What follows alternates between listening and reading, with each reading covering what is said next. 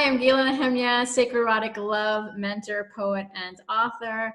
I'm here with Ronnie Crosbie. She's a therapist from the UK. And as you know, this series is a collaboration Ascension. And on Thursdays, I always air my videos on Thursdays, and I bring in various healers, way showers, authors, to you so that you can know more about them. And if you resonate with them, I recommend that you connect with them, because we are all here to help each other ascend.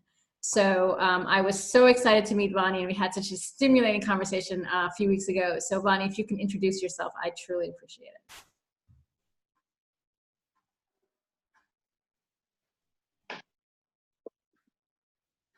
Hi Gila, sorry, the internet's playing up a little bit, but we'll work with it in the best way we can. Yes, thank you. My name is Siobhan Crosbie, but I'm usually known as Vonnie because it's actually easier. I've been a practicing therapist since 2003 in London, and I've had a thriving practice, and now I've started a second company which was based on me understanding the power of connecting with other people and actually working with my peers to help them achieve something better for themselves.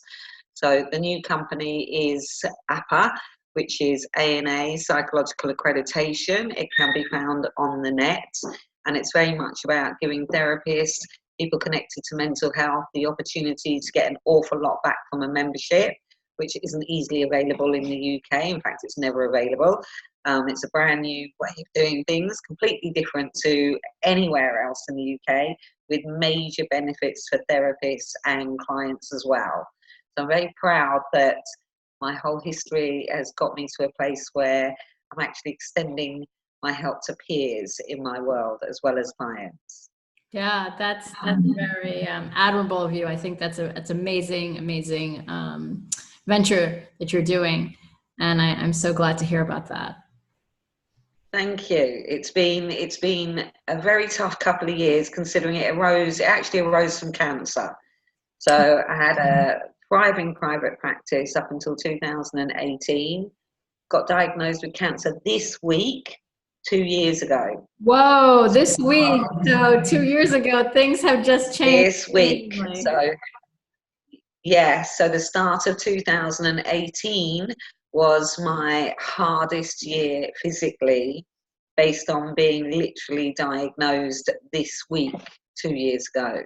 So it was a tough year, but without my self-awareness, I don't know how I would have managed. It was my self-awareness that got me through it, and my self-awareness that allowed me to accept the lack of control that I had and work at accepting every single thing that happened during the process of my surgeries. So it really reminded me about the power of self-awareness. I could describe stories to you in hospital that I'm not going to do right now, but I could describe them. And to anybody hearing them, it would sound pretty horrific to go through.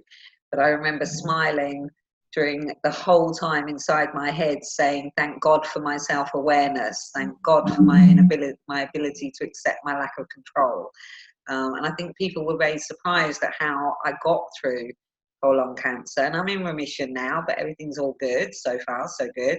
But truthfully, it really reminded me of the profoundness of our mind and how our mind can work in a way that benefits us in the hardest things that we can actually go through. So really, really powerful experience, which actually upped my game professionally. I've been very happy to do an I, if you like. I'm in private practice, but I've gone to a we and gotten an MD by my side with the second company. It's been received absolutely brilliantly, and it's amazing. I put a post up on Facebook this morning to talk about what I lost in 2018, but the amounts of gains, and the amounts of gains 100% far outweighed the losses that I went through. So out of very difficult things in life that we can go through, the most powerful things can come from it. So I'm not glad I went through it, but I am glad at what it's given me, and how I guess the fighter in me from a very young child is very resilient, and decided that she needed to do something different with her professional life as well as her private practice. So a really difficult experience to go through to get there. But if I'm honest, I don't regret it for a second, and I am incredibly thankful to be alive here right now talking to you. I really, really am. Well, I am just honoring you and, you know, just witnessing you and your power. And I want to just pick apart some of the things that you said, or just to reiterate them, because, you know I too have been through a lot of challenges. I haven't had cancer, but I've been through a lot of challenges in my life that we talked about a bit on the phone. And I want for all of our viewers to know, you know, if you're going through a challenge, Vani is here to say, as well as I am, that you can come out on the other side even more resilient than you ever were. And I know people hear these posts all the time and read them like, oh, you know, you're going to have your best life ever. But it's true. Yeah. But it is. You're right. It's all about self-awareness and being, for me, I use the words consciously co-creating our existence. You know, and just as an aside, you know, you know that Vani's a therapist. I'm a coach and mentor, and we actually, when we talked on the phone, we realized we actually do have a lot of things in common in the way that we approach clients and the way we do things.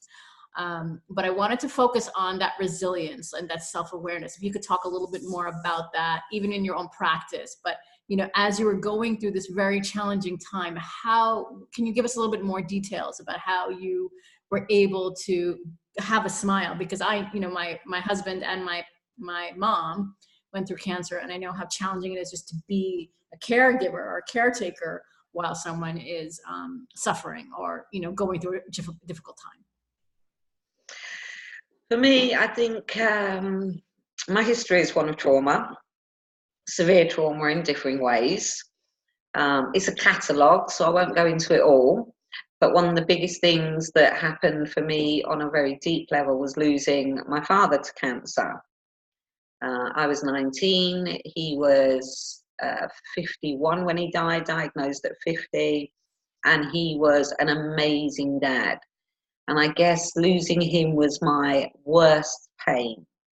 It was my worst devastation way back at 19. And I had no help, and I didn't come from a family that believed in psychology or understood it. So I knew nothing, literally nothing about self-awareness, the unconscious, how it worked.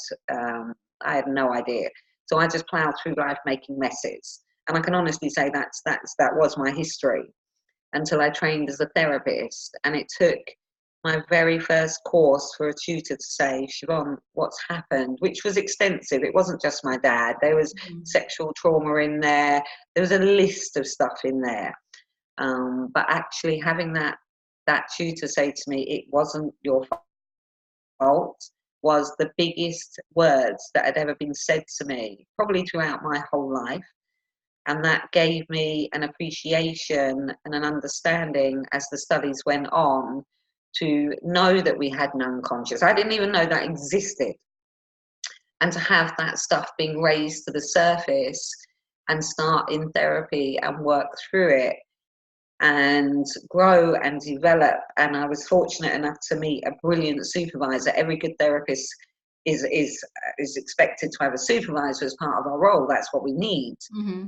I had an amazing one, Adrian Pennington, God rest his soul, because he died a couple of years ago, but he taught me so much. And also having extensive therapy, it made me incredibly self-aware of my feelings, my thoughts, my reactions, learn to be able to step back and say, well, why am I responding like this? What's really going on for me? I need to think before I react. And coming to terms with my history. It was a huge history, but my dad's death kind of set a bar. It set a bar of pain. And that's the best way I can say it to you, because it was hugely traumatic for me. The impact lasted for years and years and years. But knowing that that was my bar, it was almost like no matter what else happened in my life, it couldn't hurt me as much as that physical pain when I lost my father. It just couldn't. Nothing touch that. And I have been through horrendous stuff. You were going to say, come on. Yeah, no, I had a question. What were you going to say? It's very similar for me. My mother died when I was 21, and I had already lost my father. So both my parents were dead. And I had this huge void. You know, my father was very spiritual and he had all these books about the unconscious and the subconscious, but I didn't really get it. You know, I knew philosophically like there was a reason and, you know, but I didn't really understand.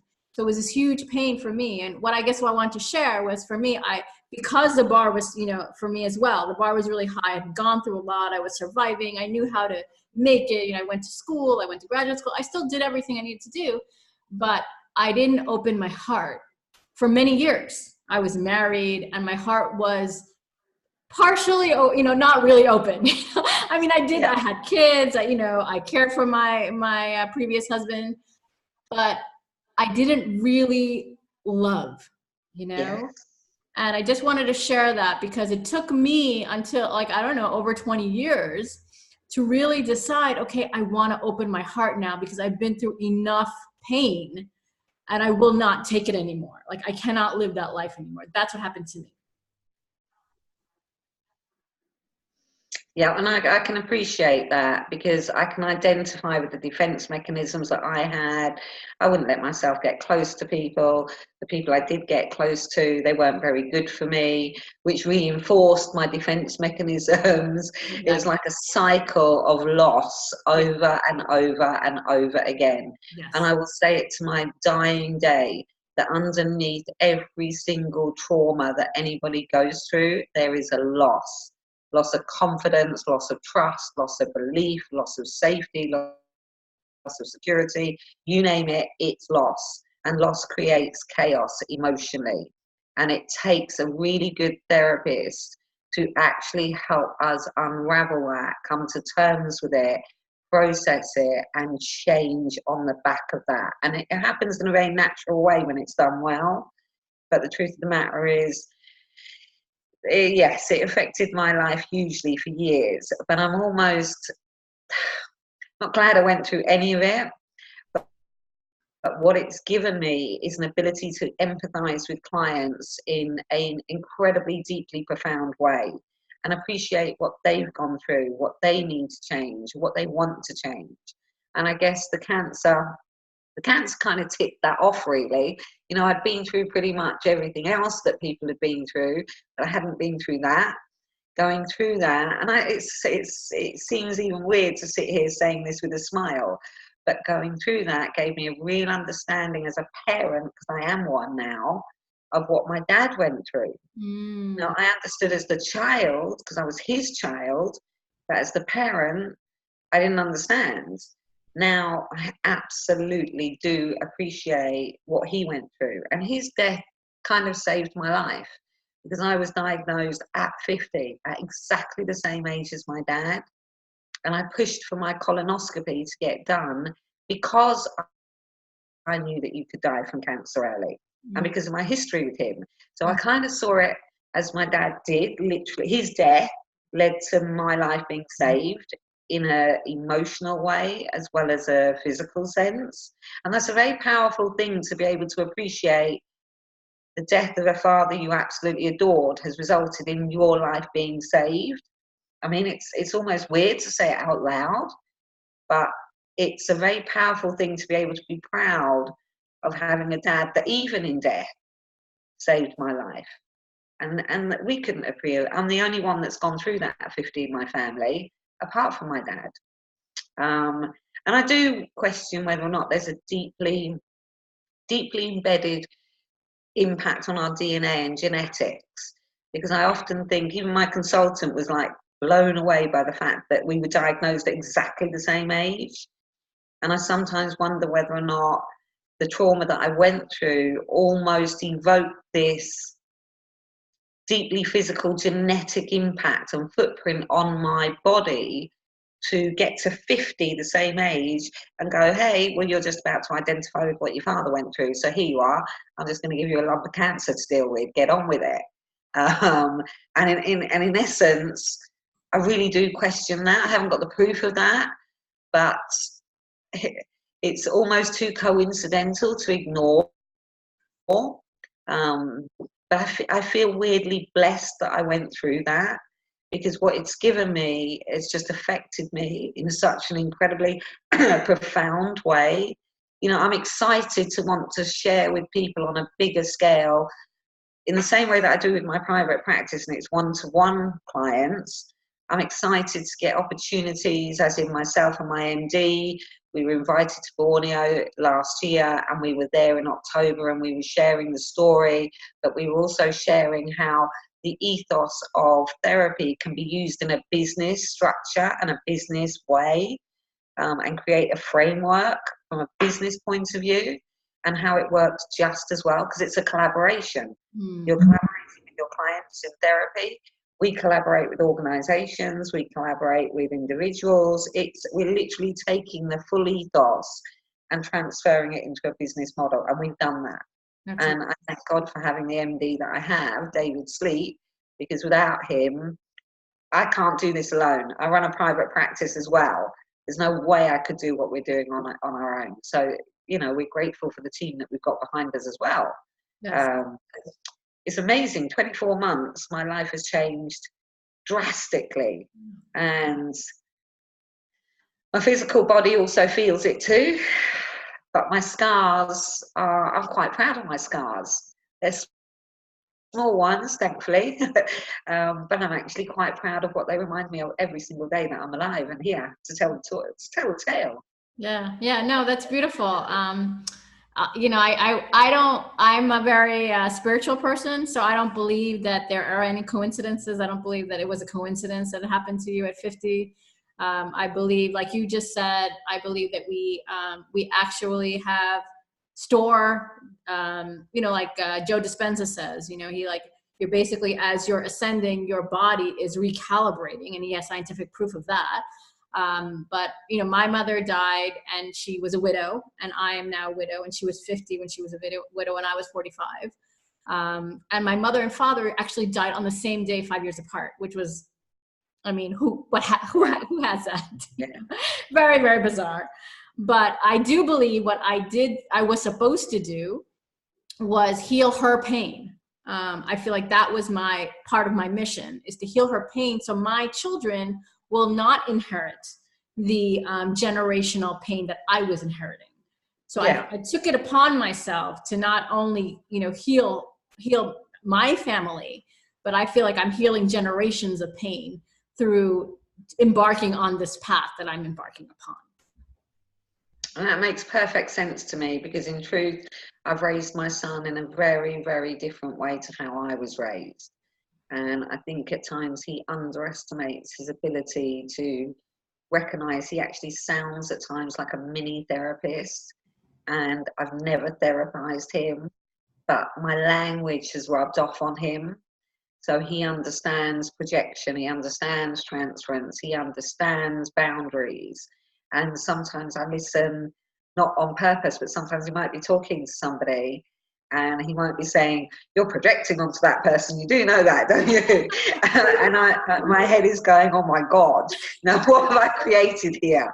But he's incredibly happy, incredibly confident. If I had the level of confidence that he has now, I wouldn't be, I don't know where I would be. But the truth of the matter is, I'm glad I'm here, because it's given me an opportunity throughout my life to go, well, I went through all these experiences, that I have the capacity to educate other people that good can come out of bad. In fact, massive good can come out of massive bad. So actually the power and profoundness of being self-aware, even with my own clients, it blows me away and humbles me every single time I work with a client, to see their ability, determination. And initially it's uncomfortable and hard for clients to go to therapy. It is, that's natural. But when you see them start to really appreciate that their mindset is what can help them, and they have their own power to achieve and develop and change. And when you get emails 5 years down the line saying, "Ronnie, I can't thank you so much," I think, well, actually, you need to thank yourself, because you did the work. I facilitated it, but you did the actual work. This is something you deserve to be proud of. And I'll always give it back to clients, because it's a two-way street. But if they don't do the work, nothing changes. So in truth, I am actually very proud. But I'm proud of a history of trauma that's allowed me to grow. I'm proud of having the right people that appeared in my life. I think that's really important to acknowledge. Without my first tutor being as good as he was, I might not have progressed. Without the brilliant supervisor that I had, I wouldn't have been educated to the ability that he gave me. Without the good friends that I've managed to attain, which took me years to do, I wouldn't have gone through cancer feeling as supported and loved as I did. So, you know, it's been a real journey to get to a place where even friendships for me were a very difficult thing for me to even want to have. I didn't want to have them when I was young. I was an army child. I was moved from place to place, school to school. We must have moved 13 times when I was young. So you were making friends, breaking them, making friends, breaking them, to the point where psychologically, in my little head, once upon a time, there was no point. And it took me years and years to actually undo that process of loss again and actually learn to attach myself to incredibly good friends. A small circle, but the best circle on the planet that you could wish for. So yes, life is a learning curve. It's about what we learn from it. And thankfully, I've been fortunate enough to meet some amazing people in the process of that. You know, people like Wendy Dryden and Irvin D. Yolom, even since starting APA, having a connection with both of those. Irvin D. Yolom is one of the most famous therapists on the entire planet that's still living. And when you look at his ethos of living alongside Wendy Dryden, who's a great CBT therapist, well known in the UK, very well known, when you speak to them as men, they live what they practice.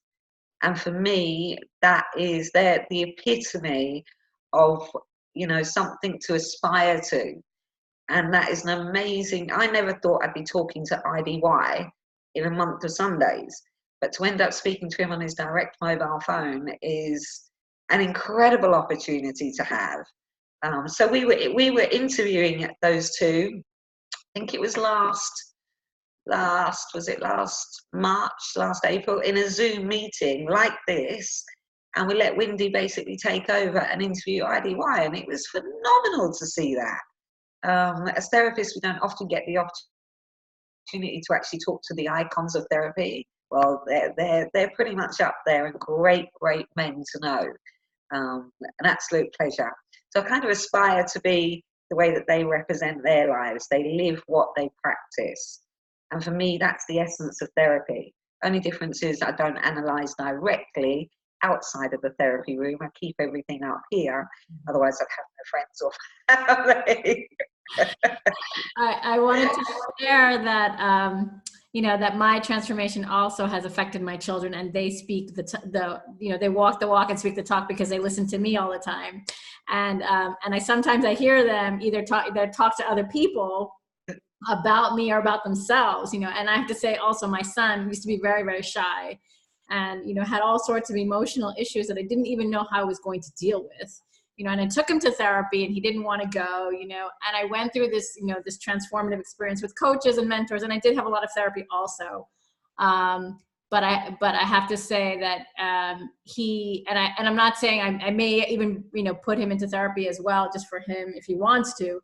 But he is just a different boy, you know, like he comes to school, he's small, you know, and he's vegan. He's not like all the other kids, but he stands up for himself. You know, he's like, I'm going to show them, you know, and I'm like, whoa, who are you?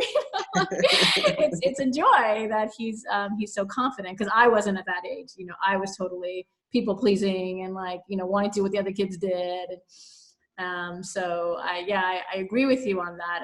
And I wanted to just also say that, it's amazing, like, that you could say that your trauma helped you to grow, you know, because Yes. I feel the same. I feel that, you know, if I didn't have it, I wouldn't be the person that I am today. I wouldn't be standing up for myself. I wouldn't be telling my story, because I would have a different life. And, you know, and I also want to add that you're not, you know, I've had many people who I've been interviewing from very challenging situations that they've come from. And each and every one of them says, like you said, thank you for all the people that helped me. Thank you for all the wonderful people that have been in my life. And I want to stress that, because, you know, when we can acknowledge and be grateful for everything that we have, you know, even the challenging times, that's when we are that self-awareness, that's when we become, we can see it, be the observer and not be Yes. in it and entrenched in it, Yeah. and be like, why is this happening to me? When we can Yeah. go up and see, okay, what is a lesson I'm learning that I have to learn to stop it? Like I had a pattern too, like you were saying, loss, and loss, until finally you're like, I actually never lost. I was always here. Then everything changes, because then the pattern stops. Yeah, I agree with you. And I can feel your emotion even when you say that. I really do feel that from you, and I can really, really identify. And it's actually making me feel quite emotional sitting here listening to you, because I do appreciate the impact, been there, done that. But actually, as human beings, we have a responsibility to each other to help each other. And for me personally, guiding people, nurturing them, encouraging them, supporting them to reach what potential that they deserve to reach, not being entrenched in the trauma, being able to step back and learn from it, it is so profound to be able to do that. And it is so great a feeling to be able to have the training behind me to be able to do it in a way that works for people. Because I love people. I used to hate every one of them, but I love people. I absolutely love the power of opening a door and just talking to somebody and listening to them and hearing who they are. In the same way that we've ended up here right now. It took us to connect, and it takes the confidence to being comfortable at meeting strangers and not being concerned about what do they think of me, how are they judging me, oh, I bet you they think this, I bet you they think that. The truth of the matter is it's learning that actually doesn't matter what anybody thinks. It matters what you feel in your heart. Mm-hmm. And in your heart and soul, if you know that you're the kind of person that is good to people, is kind to people, is caring to people, well then there's only one door to open, and that's the one that's always going to open with other people, because you attract like-minded. Right. It's like magic. When you're feeling really vulnerable, you attract vulnerable. And vulnerable can play out in two ways. It can play out very positively, it can play out very negatively. When you're actually confident and content, you attract confident and content people. Doesn't mean confident at everything. It means confident at who you are as a person. And knowing yourself is the most important art in the whole of the world, in my personal opinion, because your mindset is everything. And we connect to like-minded the more we grow and develop in a positive way. So I do appreciate that emotion that I saw in you, because I really saw it and I really felt it, and I really can identify with you. Oh, thank you. Thank you so much. I mean, actually, part of my philosophy is all about emotion, because I stuffed my emotions down so much of my life, because I had a lot of trauma, and I said, okay, the only way to deal with it is to not deal, is to just, plow my way through, use my logical mind, use my academics, use the written word, and I can do it. But what I found was that wasn't happening. I was doing it, but I wasn't happy. And I realized the only thing that's going to make me happy is something going to be very scary, is to open my heart, to be truly vulnerable. And that's what I share with my clients, and you're right. As soon as some of my, as my clients are moving on with their lives, and they've been able to actually get out of the patterns that they have been entrenched in for so long, it gives me so much joy, because it's not only that they're free, but then they affect so many other people in that process. And that's the beauty. That's how you said earlier, like we, and that's exactly right. It's we're interdependent upon each other to move up, which is why I created this series. So thank you for saying that. No, and it's what I now know. If you knew me 20 years ago, I was not the woman I am now. I still saw myself, even the word woman would have been alien to me. Even though I was one, I felt like a child. And I felt like this child that was a very angry, hurt girl. And the truth of the matter is, I had to learn to nurture that young girl. And I did not appreciate any of that when I was younger, because I had no education at all. But to understand it and see the power of that ripple impact of you accepting somebody and them learning to accept themselves through your acceptance of them. And it doesn't mean being great at everything. It means knowing what you're not good at and being comfortable at it. As my son would say, you know, how did I survive on your cooking skills, mother?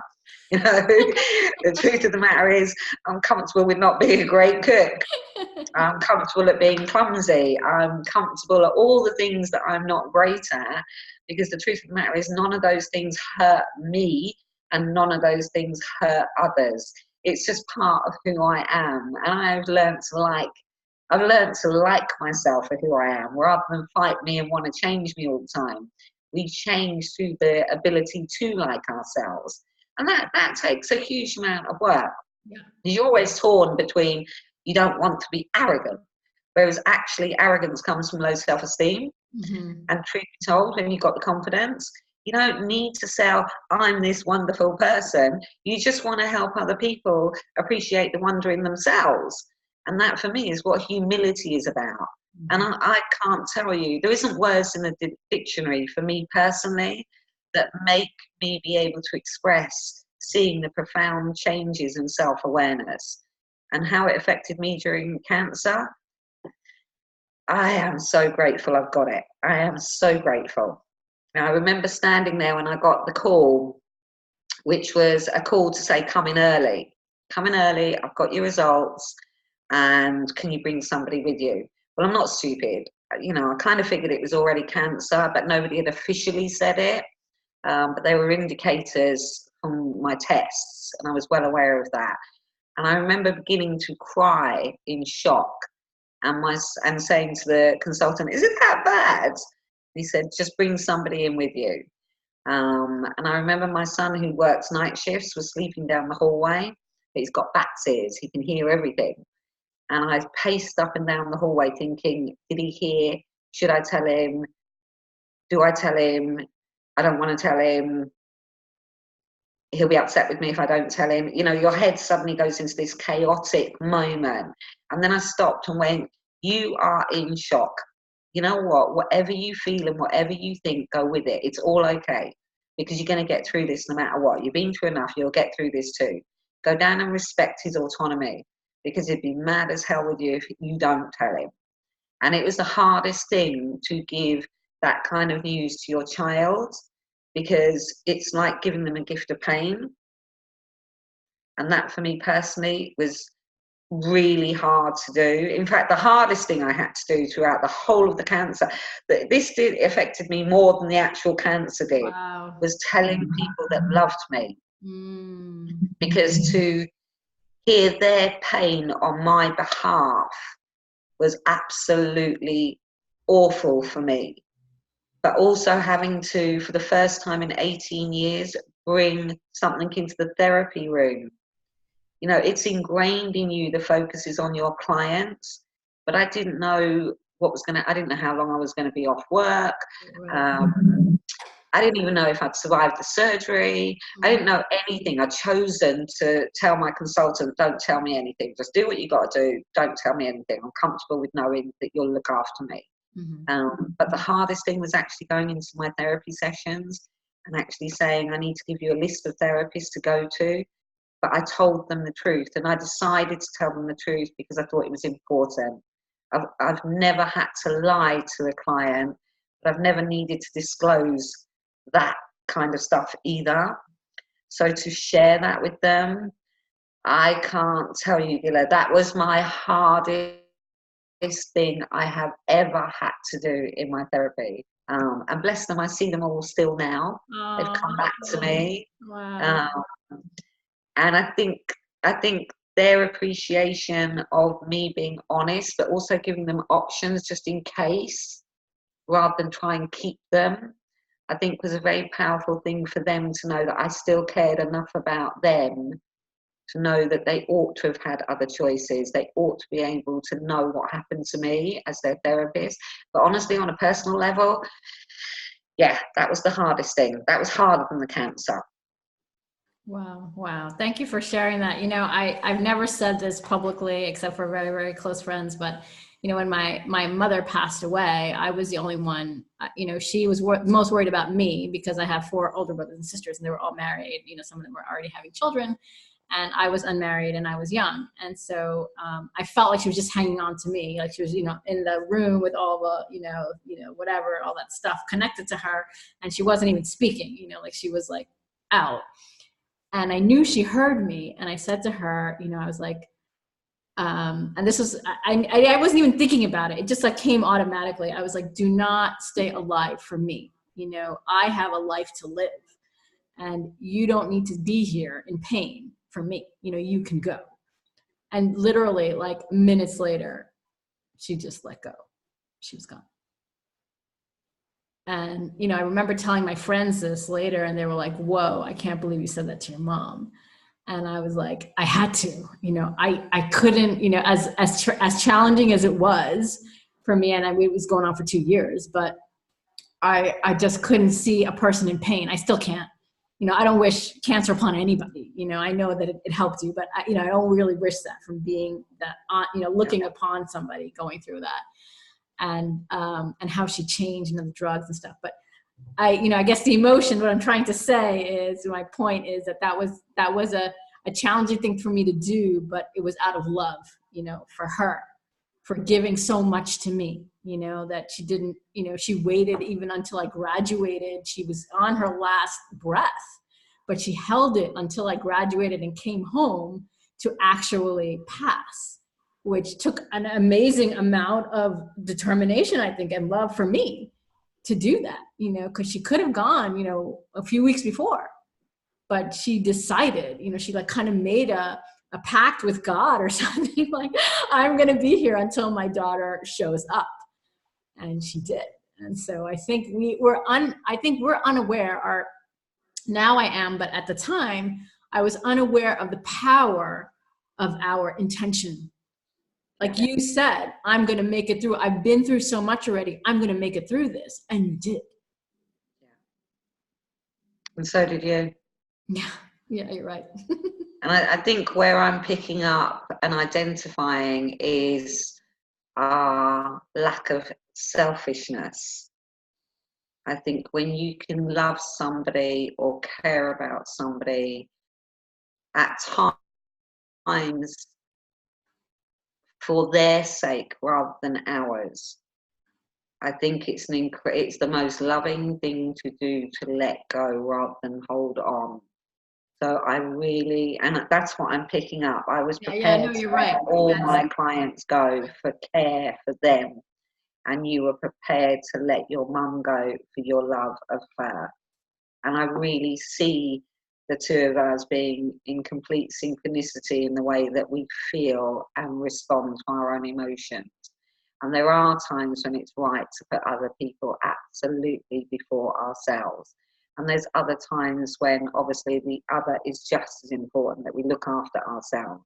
But when you have the kind of heart that you know the difference and you work within that difference, I think it's an incredible, powerful thing. And I really appreciate you sharing that for me, because that's an amazing thing to do, to allow yourself to let your mum go in that way. And it shows her love for you that she tried to hold on. So I can appreciate that. It's interesting. It's almost reminding me of my selfishness with my dad, because I was young and I was desperate not to lose him. And I had no comprehension and there was no communication. It wasn't like a family that sat around and talked about it. It was everybody dealt with their feelings completely alone. And I was the youngest and I idolised him. And I let him know how I felt. And I had to work through my own feelings for years afterwards, although he appreciated how I felt. It was a moment that I felt bits around him. And I begged him not to go. I begged him not to go. And for years, it riddled me with guilt over the fact that I had been so selfish as that teenager. But at the same time, my dad knew what that meant to him. What I was saying to him was how much I loved him. Right. Now, I didn't say that at the time, it was just ridiculously obvious through what I was going through Mm-hmm. and sharing with him. But it was like that kid that was so desperate to hang on to somebody. And at least in my head, I held on to the fact that he knew how much I loved him. Mm-hmm. But I had to work for years to let that part of myself go, where I felt that I'd been incredibly selfish towards him. But it was interesting. An uncle got ill. We've got cancer throughout all our family. So the lesson I learned from that within a couple of years was a favourite, very close uncle of mine who also died of cancer. And I did the opposite. I was literally so consciously aware, without even appreciating it, because I had no therapy at that time, that I behaved in a way that I really regretted around my dad. Even though he knew I loved him, it was not the angle I wish I could go back and work with and do differently. But it is what it is, and I learned from it. Mm-hmm. So I did it completely different with my uncle. I sat with him and didn't try to give him my sorrow, my pain, if you like. I worked with supporting him in a completely different way. And, you know, as a 19-year-old, I forgive myself for that. But it took me a blooming long time to actually let myself off the hook for being so desperate to hold on to him. And that's youngsters for you, isn't it? We do things that we look back and we wish we'd have done differently. But it's life, and it's a learning curve, and it's about learning from it.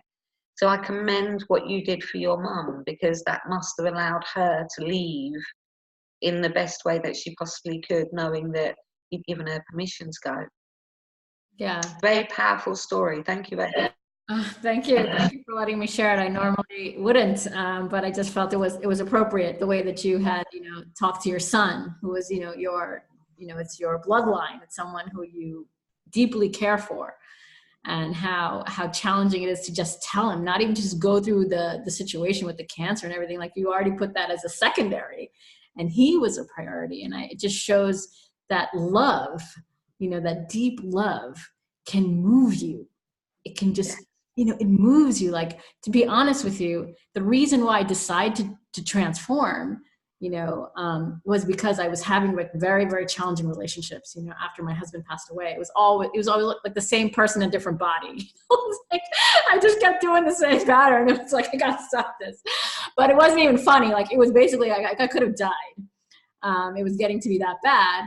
And I said, for the sake of my children, if I am going to stay alive, I must be the example for them, and not to tell them by my mouth, oh, you do this, but then do something else, but to actually live the example.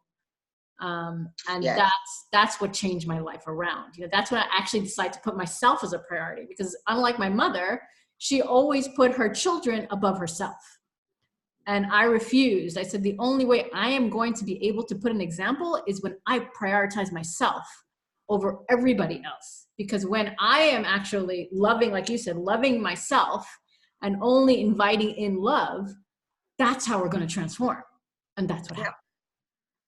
It's a different way of doing it, and a more efficient way of doing it. And you just reminded me of something. My son was having an issue with a particular company. And I could hear him on the phone, and he was being really assertive. But this was about 3 years ago, so he was about 20, maybe even 19.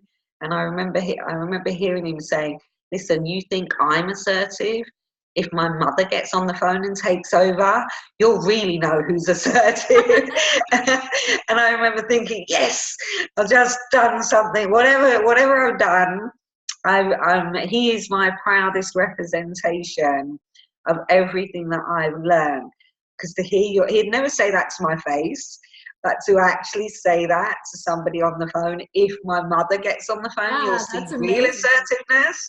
Oh, it's amazing what we can achieve when we actually put it into practice, and it's helping others appreciate the ripple impact for generations to come. Because it is about generations to come. It doesn't stop with you. It expands and expands and expands. And it's I'll never get over being able to say to people, you know what, self-awareness. Learn to be self-aware. Get the right person in your life to show you, educate you, help you process, understand. Watch how you change, and watch how those changes impact on your environment, the people around you, and your children. And then watch the generations change alongside that. I mean, it is the most powerful weapon in the world. Used positively, it can achieve anything. It could change the world. I only wish we could educate everybody in one go. But that's not going to happen for a long time yet. But we're on our way. And I think the Yeah, I think we're education of definitely psychology, right. We're definitely absolutely. on our way. And I agree with you. I think it's not even just biological children, you know, it's our clients, you know, the people that we Yes, interact with that really can connect to us deeply, you know, either yes, they, you know, they pay for our services or they follow us, whatever it is that happens. I know that they are changing, you know, but I would even go so far as to say the clients that are actually, you know, working with me rather than just following me are actually taking another step deeper, yep, because there is something that happens that if you're just following, you're still kind of here, you know, but when you are connecting, then it's something else. You become like this, you know, it becomes a synergy. yes. Doesn't quite exist if you're here. Yes, it's about that Yes, that it's about the we way. Correct. connecting. And I agree, that connection. And it sometimes, you know, we talk in a language and it almost sounds magical.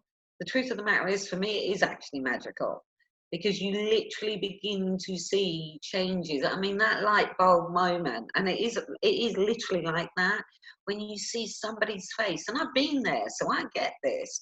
You see somebody's face suddenly, oh my God, that's what's happened.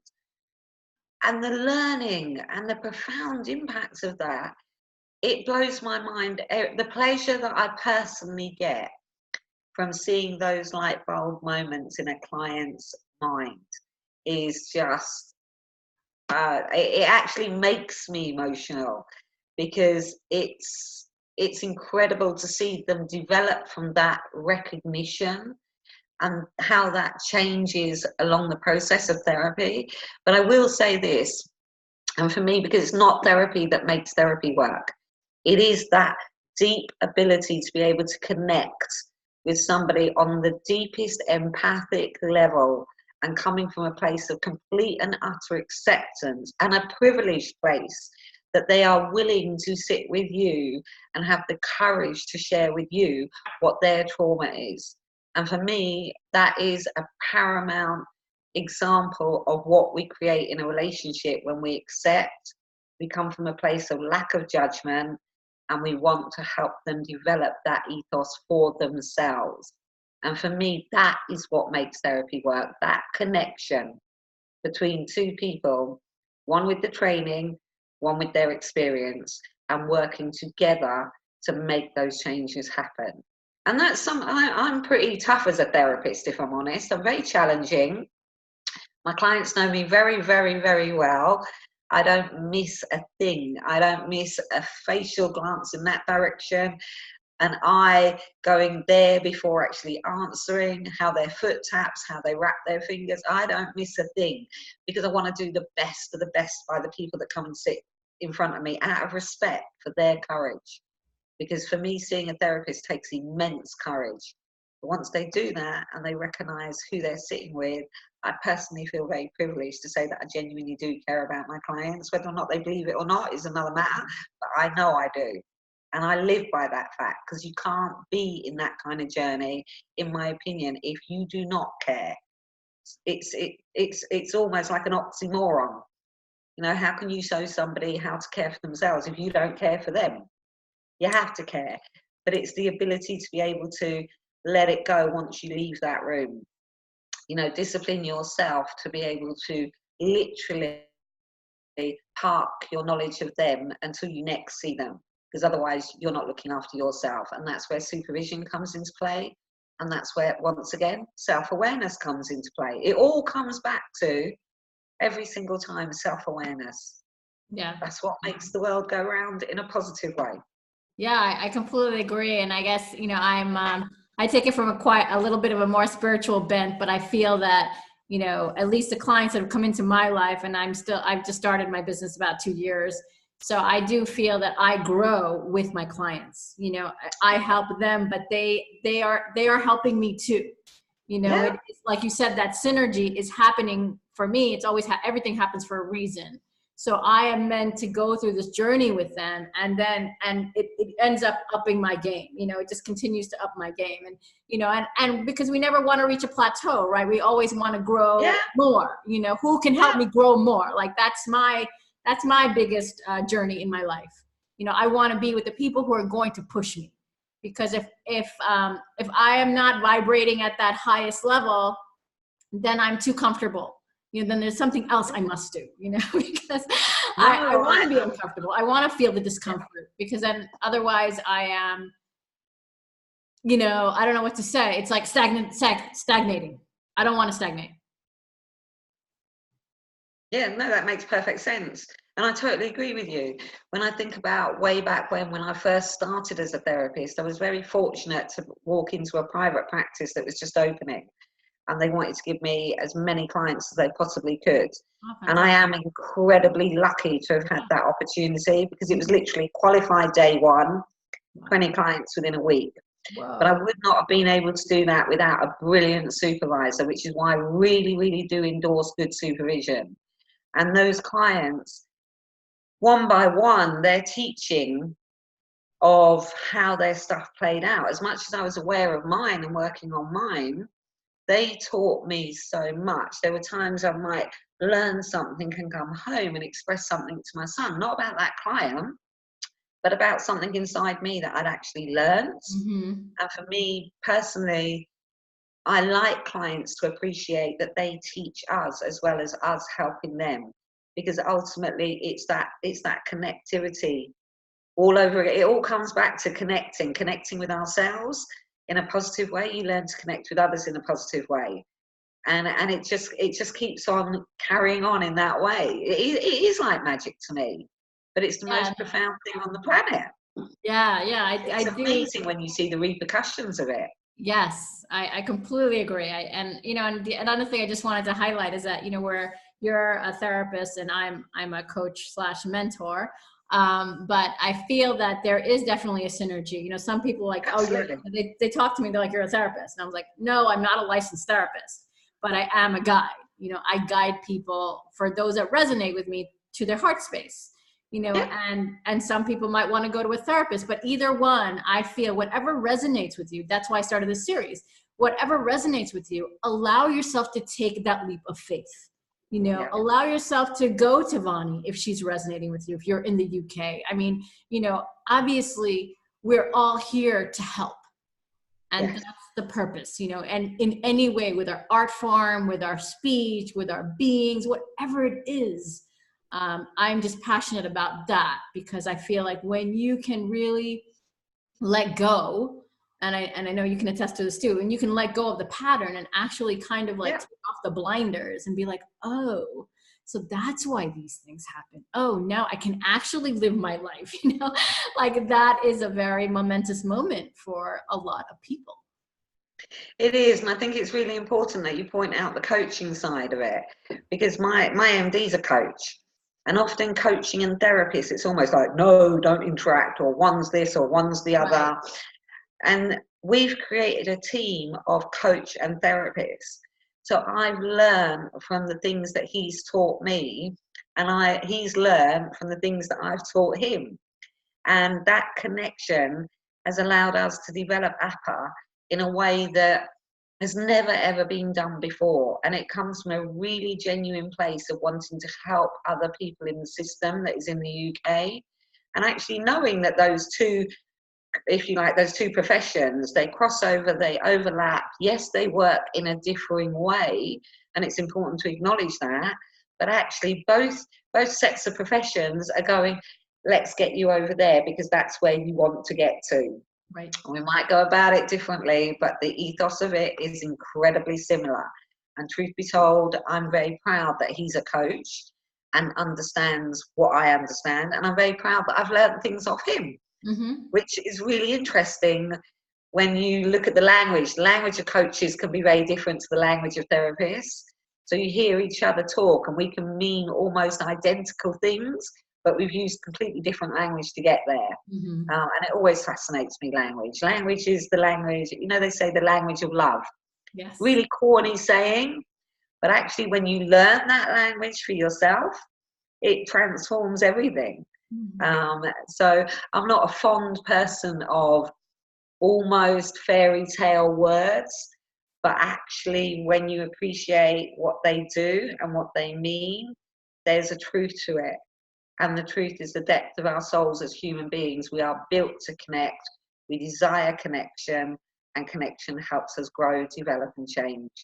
Can't get bigger than that, really, can you? No, you can't. That's a great way to, as we're going to a close. Thank you for that. And maybe we'll have a successive interview in a few months about language, because I'm a writer, so I love language.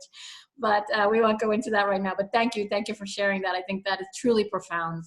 And those of you who didn't hear it, rewind, listen to it again, because it really is. I'll take the quote actually when I advertise this, because I think that was beautiful. But Feel I free. wanted to also ask you before we end, if there's anything that you're doing that people might be interested in, that they could get involved with, if you could share that with our viewers. Okay, well, our latest company is the accreditation, psychological accreditation. Now, what we've done is it's a worldwide accreditation. So it's based on not just therapists. It's based, in my personal opinion, is everybody could benefit from self-awareness. And we've opened it up to everybody, but ultimately professionals that work with vulnerability. So we have a criteria for trained therapists. We have a criteria for trainee therapists. We have a criteria for therapists that in between qualifying and being a year, so post-grad if you like. And then we have an accreditation process for everybody that's not a qualified therapist. So i.e. social workers, police officers, doctors, you name it, anybody that wants to understand the power of the unconscious and how it works to allow them to progress in their own work. There's multiple benefits in relation to that. We've got multiple projects going on. So we've got a project in relation to domestic violence, which is called 1976ers. Oh. That's 1976 was the law in the UK where domestic violence actually came into play. I see. Which when you think about it, we're 2020. 1976 was not that long ago. So that's very much about helping employers work with domestic violence in the workplace and being aware as to how to support their employees. Mm-hmm. We have a project on knife crime and how to work with changing how somebody ends up in knife crime, because that's a very prevalent thing in the UK at the moment. We have another project in relation to foster carers and giving social care leavers opportunities once they leave care, because often the system is very much 18, that's it, no help, no support, you're out there on your own. Well, considering the psychological dynamics in relation to foster care, that's a huge topic and very close to mine and my MD's heart. So we have multiple projects going on, as well as even this morning we've been invited to present to 3 different conferences over 2020 to share what we're doing with APA. And like I said, it's the most different accreditation in the UK, and it's www.ana.co.uk, AYANAY. And it is about helping each other progress, but get a qualification under our belt, but also get career professional development, access to opportunities. I could talk about APA for the next hour, and I won't. What I do is recommend people go to the website, check it out, see what we're doing, and come back and tell me if they hate it or love it. Because I've not met anyone that's read it yet that says, I hate this. And I don't think I will. But I put it out there. I challenge anybody to come back and say that they don't like what we're doing. I really, really do. Because it's blinding. And I'm so proud of what myself and David Sleet and the team have done behind us. So that's where I am. That's fantastic. Thank you. And I'll be putting those details in the notes. So don't worry if you didn't catch anything. I will make sure that I include it so you can just hit it, click on it and link to it. So that's amazing what you're doing. I think anyone who's in the UK, if I was there, I would definitely be interested as a coach. But I'm not in the UK, so but I would definitely. You can still apply. This is a worldwide. So we have members from Brazil. Okay. Yeah, we have members from Brazil, we have members from France. So this is a worldwide attempt to educate and help people. Oh, It is not segregated to just the UK. Thank Yeah, you. we wanted it inclusive. rather than exclusive to the UK, because we felt that there were no borders of psychology across the world. That's true. We've erased those borders, and we want to keep it like that, if I'm honest. So if you want to talk to me about that another time, happy to do that. But Yeah, the application, it's all on the website, so you can download the membership guide yourself. Yeah. Have a look through it, see what you think, and come back and tell me if you hate it. I don't believe you will. Well, I don't think I will. You won't. Yeah, I think it's a really great idea, because it also has professional development, which I know that sometimes these kinds of programs, they, you know, like a university degree, like you get it and then you're like, okay, bye, you know. And I hate that, because to be honest, I don't like it, because I feel like you never drop anyone. Even my clients, I don't drop them. Even if they're not with me anymore, I'm still in communication with them. How are you doing? I have a group for them, you know, whatever. I feel like we're always growing together. So I love that you're doing that. Well, take a look when you get a chance, and I recommend it to anybody else as well. We're a growing company. We want change. We deserve change. And I absolutely believe we'll absolutely get it. So there you go. But it has been an absolute pleasure to talk to you and get more understanding of your own history. And it will stay with me longer than you will ever know what you did for your mum in that moment. And I really genuinely do mean that. I really feel humbled that you chose to share that, especially considering this is going public. So thank you. Yes, I know. Well, you know, I do feel that in many cases, especially the story, I published a story about my mother in one of my co-authored books. And, you know, I do like to share as much as I can, because I feel that being vulnerable really does connect people to you, you know, and I don't do it just for the connection. I do it also as a form of healing. I'm a writer and a poet. You know, I write about eroticism, something that a lot of people would consider taboo. But I feel that when you can go, if you can cross the lines for healing, that's really what I'm all about, healing. So when you write deeply from your heart or express something, as I did with you, it's something very close to me. I'm doing it for a reason. I don't maybe even know why, but you know, the divine, I feel spiritually I'm being led to share something, because it's going to touch someone's heart. And even if I never interact with them, that's okay. They'll know that this is something that other people share and can grow, because death happens so, you know, unfortunately, in a lot of moments in our lives. And if we can see that as a point of growth than loss, then that is a true achievement. Yes, and I think it's also a great example to share to other people that you don't have to be frightened of sharing. Right. That actually it's not a taboo, it's not something to be ashamed of, it's not something negative. It is a life experience, and every single person has a negative life experience along the way. And we do not have to feel ashamed or controlled by that. And by letting it out and being comfortable to give yourself permission, you're also psychologically giving other people permission to say, you know what, it's okay to say what I have been through. And for me personally, that's a very powerful message to give to anybody. And I totally support the ethos of that. I really, really do. Thank you. Thank you for sharing as well. You shared some, you know, you shared some stories with us today that I didn't hear when we were talking on the phone. So I really appreciate that as well, you know, for myself and for my viewers. And you're right. Many of the things that you said to me today, you probably don't know what kind of impact it has on me. And I don't even know yet, but I know that it's definitely affecting me, because I do feel that everything happens to activate each other. Yes. So we are, you know, in the process, we're not only activating each other, but all the viewers who are going to be watching this as well. And I hope it helps somebody out there appreciate that there's two women here that are very comfortable at sharing, educating, and wanting other people to allow the permission for themselves to know that it's okay to talk to and help understand themselves in the way that they deserve to do. So I think that's very much what we've done here, although the agenda wasn't that. The agenda was simply just to have a chat. But I do think you're absolutely right. We underestimate the power of our own selves on others in our language.